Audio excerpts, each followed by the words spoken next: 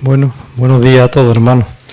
Tenemos hoy, como sabemos, estamos estudiando profeta Daniel. Tenemos capítulo 3. Pero antes de entrar en la meditación de este importante capítulo, quiero hacer algunas consideraciones sobre el libro de profeta Daniel. Este libro de Daniel ha sido considerado durante los siglos, ¿verdad?, como quizá el libro más importante en cuanto a la escatología, en cuanto a la profecía, porque claro, abarca un periodo muy extenso. Daniel tiene una visión desde el imperio babilónico, el imperio persa, el imperio griego, el imperio romano, hasta finalmente el último imperio de los 10 dedos de la estatua.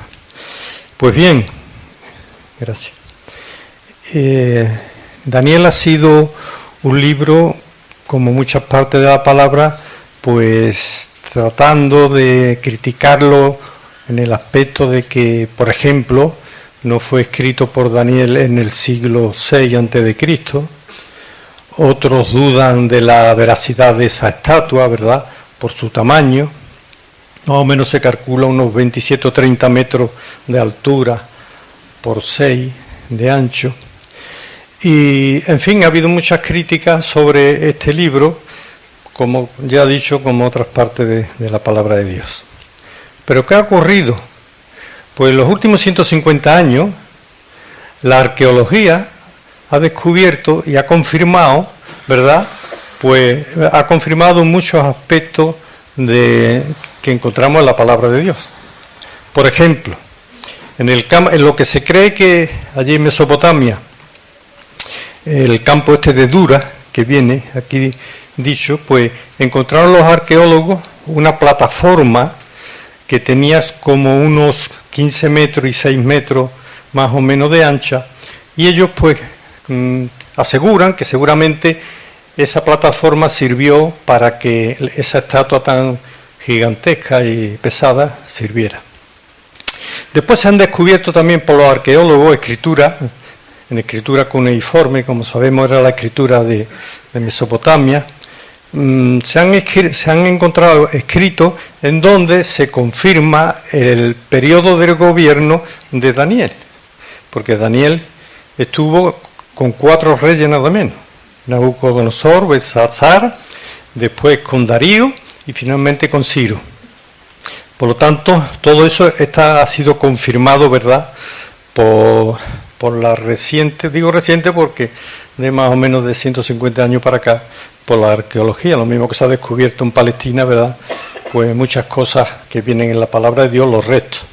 Pues bien, dicho esto, este capítulo pues nos habla, por un lado, del orgullo, de la soberbia de este rey, de Nabucodonosor, y por otro lado nos habla de la protección de Dios, nos habla también de la soberanía de Dios y nos habla de ese testimonio precioso de estos 3 compañeros de Daniel. Vemos que algo importante. En el capítulo 1, ¿verdad?, dice lo siguiente, hablando de lo que ordena Nabucodonosor sobre algunos de los jóvenes, sobre todo de familias nobles, que vinieron cautivos desde allí, desde Jerusalén. Y dijo el rey a Aspenaz, jefe de los eunucos, que trajese de los hijos de Israel, del linaje real de los príncipes, muchachos en quienes no hubiera tacha alguna, de buen parecer, enseñándolo en toda sabiduría, sabios en ciencia y en buen entendimiento, e idóneos para estar en el palacio del rey, que le enseñase las letras y las lenguas de los caldeos. Y le señaló el rey tan ración para cada día de la provincia de la comida del rey, del vino que él bebía, y que criase 3 años, y que los criase 3 años para que al fin de ellos se presentasen delante del rey. Y ahora dice el verso 6, entre estos estaban Daniel, Ananías, Misael y Azarías, de los hijos de Judá. ¿Por qué he querido leer estos versos? Porque evidentemente vinieron más jóvenes de la nobleza no solamente Daniel y los 3, sino bastantes más. Sin embargo, en el capítulo solamente aparecen 3, ¿verdad? Luego eso quiere decir, bueno, yo lo entiendo así, de que el resto de los jóvenes sí se arrodillaron, ¿verdad?, delante de la estatua. Pues bien, otro de los dilemas que se ha debatido sobre este capítulo es por qué no aparece Daniel. No aparece, ¿verdad? Solo se habla de los 3 compañeros, cuando Daniel evidentemente tenía un cargo superior quizá a ellos. Bueno, ahí hay distintas teorías. Una de ellas de que Dios le había protegido y lo había apartado por cualquier motivo. Otra teoría es que como él tenía un cargo importante en el reino, como por ejemplo tuvo José allí en Egipto, porque estaría a lo mejor en otra zona del imperio. Y yo me inclino por el verso del capítulo 2:46 que dice lo siguiente, cuando Daniel pues revela el sueño a Nabucodonosor, dice lo siguiente: entonces el rey Nabucodonosor se postró sobre su rostro y se humilló ante Daniel y mandó que le ofreciesen presente e incienso. O sea que pudiera ser que Daniel estuviera exento de tener que adorar la estatua porque era más o menos el segundo dentro del gobierno. Esas son consideraciones que, bueno, que son especulaciones. Lo real es que él no estuvo, no aparece, ¿verdad? Entonces, ¿qué ocurre? Nabucodonosor, esa es opinión mía, ante el sueño que le reveló de esa estatua de oro, y entonces le dice a Daniel, la cabeza eres tú. Entonces, quizá eso le iluminó para crear esta estatua. Y por otro lado, vemos en la historia que, sobre todo en la antigüedad, los reyes o los emperadores unían el poder político al poder religioso, porque eso le daba un control tremendo sobre los súbditos, ¿verdad? Y entonces esta estatua, con esta música y esta adoración, lo que pretendía Nabucodonosor es unir su país, uniendo la política y la religión. Eso lo vemos, por ejemplo, lo vemos en Egipto, en los faraones, lo vemos en los emperadores romanos, ¿verdad?, cuando se hacían proclamar como dioses, y en la actualidad lo estamos viendo también. Hay cerca en Marruecos, mira que está cerca, pues resulta que el rey de Marruecos es jefe religioso, político y económico del país. Y al tener unidos esos 3 cargos, eso le da una fortaleza enorme. Pues bien, la cosa es que él levanta esta estatua, ordena que se le adore. Y además dice que reúne a los capitanes, a los magistrados, a los tesoreros, consejeros, jueces, todos los gobernadores, o sea, a todos los funcionarios de su imperio, y ordena que cuando escuchen la música tienen que adorarlo. Y con una advertencia fuerte, ¿verdad?, de que si no lo adoraban a esa estatua, pues resulta que serían echados en un horno de fuego. La estatua, por otro lado, no nos dice la palabra que fuera representando a Nabucodonosor. Lo que dice, otros opinan que puede ser uno de los dioses, porque claro, esos países, esas civilizaciones, eran politeístas, ¿sabes? No como el pueblo judío, que solamente tenían un dios. Entonces pudiera ser que la estatua fuera representando un dios. La realidad es que estos 3 jóvenes pues se niegan, ¿verdad?, a adorar a esa estatua. Se niegan. Y entonces ocurre que dice lo siguiente: pero en aquel tiempo algunos varones caldeos vinieron y acusaron maliciosamente a los judíos. Hablaron y dijeron al rey Nabucodonosor: rey para siempre vive. Tú, oh rey, has dado una ley que todo hombre, al oír el son de la bocina, de la flauta, del tamborín, etcétera, pues se tiene que postrar. Pero hay unos jóvenes judíos que no cumplen, que te deshonran, que no quieren acatar esa ley. Seguramente la intención era de estos caldeos que a lo mejor tenían envidia de que jóvenes judíos estuvieran ocupando, ¿verdad?, puestos de importancia en el gobierno. Pudiera ser, ¿verdad? Sabemos ya las cosas que existen en la política, ¿verdad? Y entonces el rey, ¿qué pasó? Que dice que entró en una ira tremenda, entró en una gran ira, cuando él le comunicaron que había 3 jóvenes que tenían la osadía de quedarse de pie, de no adorar. Pero el rey, en vez de enviarlo inmediatamente al horno, lo que hace es que los vuelve a dar una segunda oportunidad. Y le dice, traerme a esos 3 jóvenes. Y los traen delante de Nabucodonosor. Y dice así, habló Nabucodonosor y le dijo cuando ya estaban delante, es verdad, Sandra, Mesec y Abednego, que vosotros no honráis a mi Dios, ni adoráis la estatua que os he levantado. Y si ahora pues estáis dispuestos al oír el son de la bocina, etcétera, dándole esa otra oportunidad, os postréis y adoraréis la estatua que he hecho. Dice, porque si no la adoráis, en la misma hora seréis echados en medio de un horno de fuego ardiendo. Y mira qué palabra dice ahora. ¿Y qué Dios será aquel que os libre de mi mano? Vemos, ¿verdad?, la soberbia, el orgullo. ¿Qué Dios os va a librar de mi mano? ¿Acordáis de Sennaquerí cuando fue a invadir, a destruir Jerusalén? Y le mandó al embajador, al rey Ezequías, con aquellas cartas de amenaza, diciendo, si los dioses de las naciones que yo he conquistado no han podido librar de mi mano, ¿vosotros creéis que os vais a librar de mi mano, de la mano de Sennaquerí? Bueno, conocemos toda la historia, ¿verdad? Como el Señor envía a su ángel y destruye el ejército de Sennaquerí. Pues bien, aquí vemos lo mismo, ¿verdad? El poder absoluto a través de la historia, pues ha creado monstruos, personas, ¿verdad?, que han creído que como Dios pues podían hacer lo que quisiese. Bueno, ¿qué contestan estos jóvenes? ¿Qué contestan?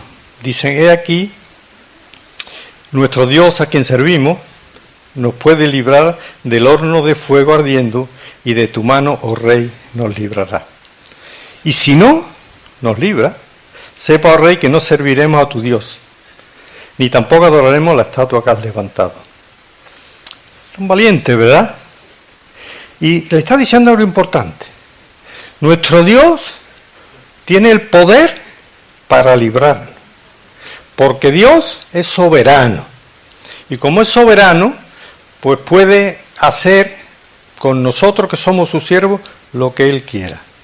Y si seguramente nos va a librar, pero que si no nos libra, pues tampoco vamos a inclinarnos delante de tu ídolo.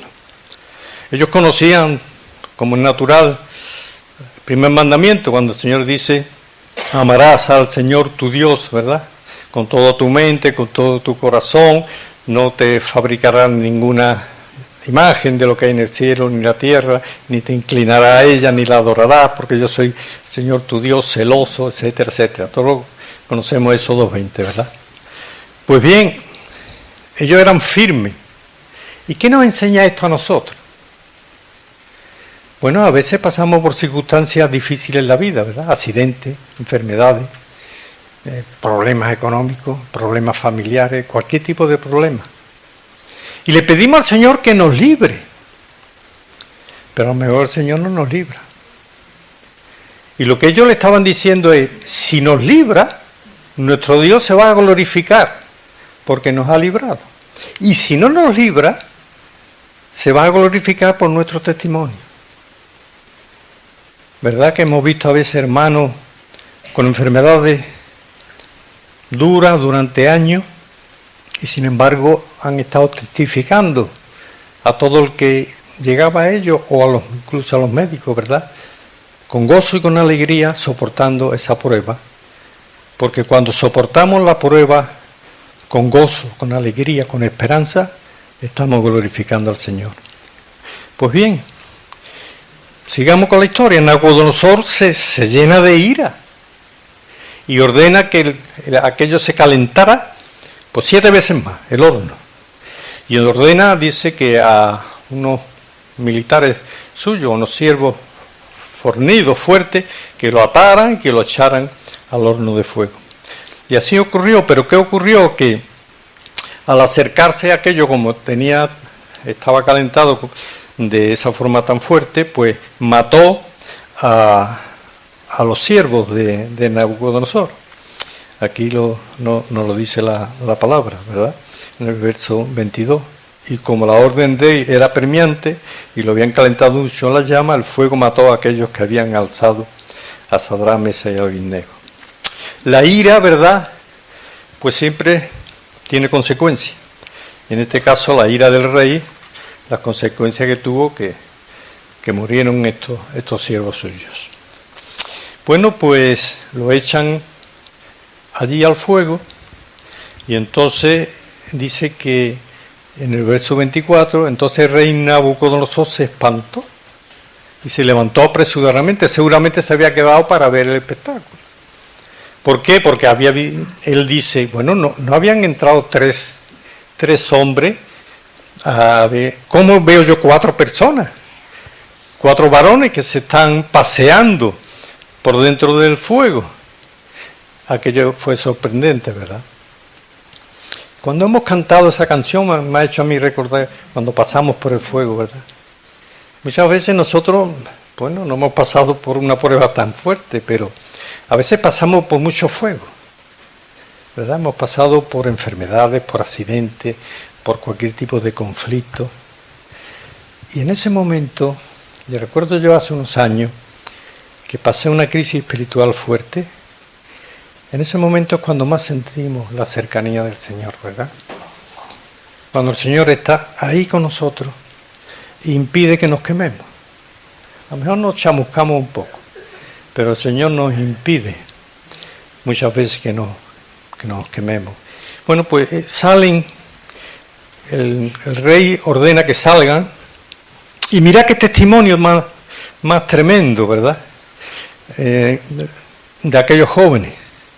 Se juntaron, dice, los sátrapas, cuando ya salieron del horno, los gobernadores, los capitanes, los consejeros del rey, para mirar a estos varones, cómo el fuego no había tenido poder alguno sobre sus cuerpos, ni aun el cabello de sus cabezas se había quemado.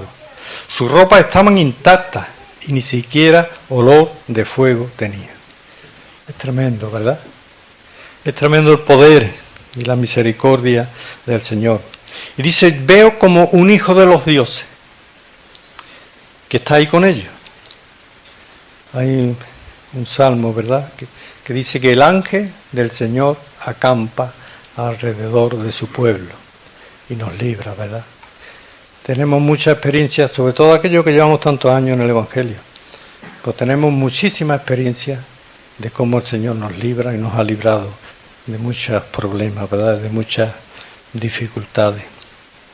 Entonces Nabucodonosor hace una declaración sorprendente.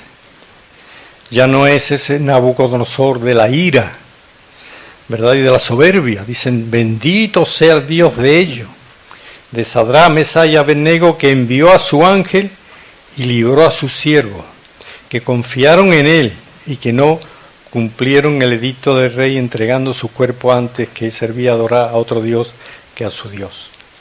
Está ahora bendiciendo, ¿verdad?, bendiciendo al Señor, y está reconociendo que eran siervos que habían confiado plenamente en su Señor, en su Dios. Precioso testimonio.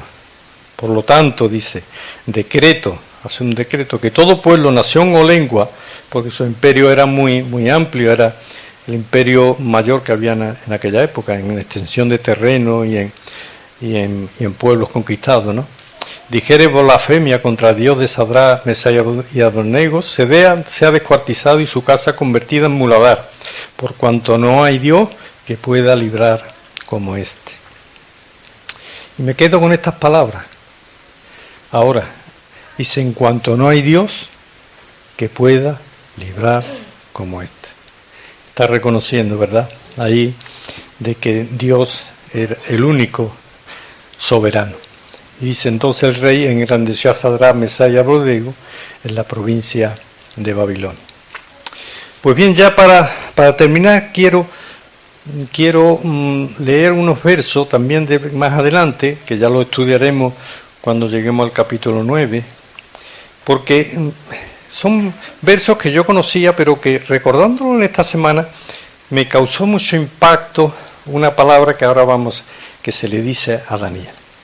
En el capítulo 9, cuando se habla de las 70 semanas, que también es revelado a Daniel, dice así la palabra de Dios. Dice, aún estaba hablando y orando, verso 20, habla Daniel, y confesando mi pecado, y el pecado de mi pueblo Israel, y derramaba mi ruego delante de Yahvé mi Dios, por el monte santo de mi Dios. Y si aún estaba hablando en oración, cuando el varón Gabriel, a quien había visto en la visión al principio, volando con presteza, vino a mí como a la hora del sacrificio de la tarde. Y me hizo entender y habló conmigo diciendo, Daniel, ahora he salido para darte sabiduría y entendimiento. Al principio de tu ruego fue dada la orden, y yo he venido para enseñártela, porque tú eres muy amado, Entiende pues la orden y entiende la visión. Yo me quedé con estas palabras. Qué maravilla, ¿verdad?, que un ángel nos dijera a cada uno de nosotros, porque tú eres muy amado, delante de la presencia de Dios. Y me quedé reflexionando, y yo dije, bueno, Gabriel viene para revelarle, darle sabiduría, entendimiento de todo lo que iba a suceder hasta el final. Pero nosotros no tenemos que tener envidia sana a Daniel. ¿Es que acaso la iglesia no es amada? ¿Es que no somos amados también cada uno de nosotros por el Señor que dio su vida por cada uno de nosotros? También cada uno de nosotros somos muy amados, ¿verdad? Y no tenemos nada más y nada menos que al Espíritu Santo para revelarnos la palabra de Dios. Recuerdo yo que muchas veces, sobre todo de joven, había muchos aspectos de la palabra que no la entendía. Y yo oraba al Señor para que me diera entendimiento. Y cuando el Señor nos revela y nos pone el significado espiritual de la palabra, nos ocurre como al pueblo de Israel cuando volvió, después de 70 años, ¿verdad? Vemos en el libro de Nehemías y Esdras. Volvió de la cautividad, dice que reunieron a todo el pueblo y leían la palabra, que hacía 70 años que la habían olvidado. Y dice que le ponían el sentido y el significado espiritual a la palabra de Dios. Y dice que el pueblo lloraba. Lloraba porque se daban cuenta del tesoro que habían abandonado, de que habían abandonado a su Dios y por eso habían sufrido, ¿verdad?, ese cautiverio. Cuando el Espíritu Santo nos revela su palabra, también lloramos, ¿verdad?, de gozo y de alegría. Por eso, hermanos, nosotros en ese aspecto también somos muy amados, porque nos alcanzó la misericordia del Señor, porque el Espíritu Santo mora en cada creyente, porque nos traduce espiritualmente el significado de su palabra, porque como vimos, ¿verdad?, en las últimas reuniones de oración nos guía, nos protege, nos ayuda, nos muestra, ¿verdad?, la voluntad de Dios, etcétera, etcétera. Así que vemos, ¿verdad?, que volviendo al testimonio de estos tres jóvenes, que sepamos, ¿verdad?, que en los momentos que pasemos por peligro, no sabemos el futuro lo que nos depara. Seguramente puede que, si no todos, algunos puedan ver o podamos ver persecución, como ya lo hay en otros países, pero tengamos la certeza de que el Hijo de Dios estará en esos momentos con nosotros. A Él sea la gloria.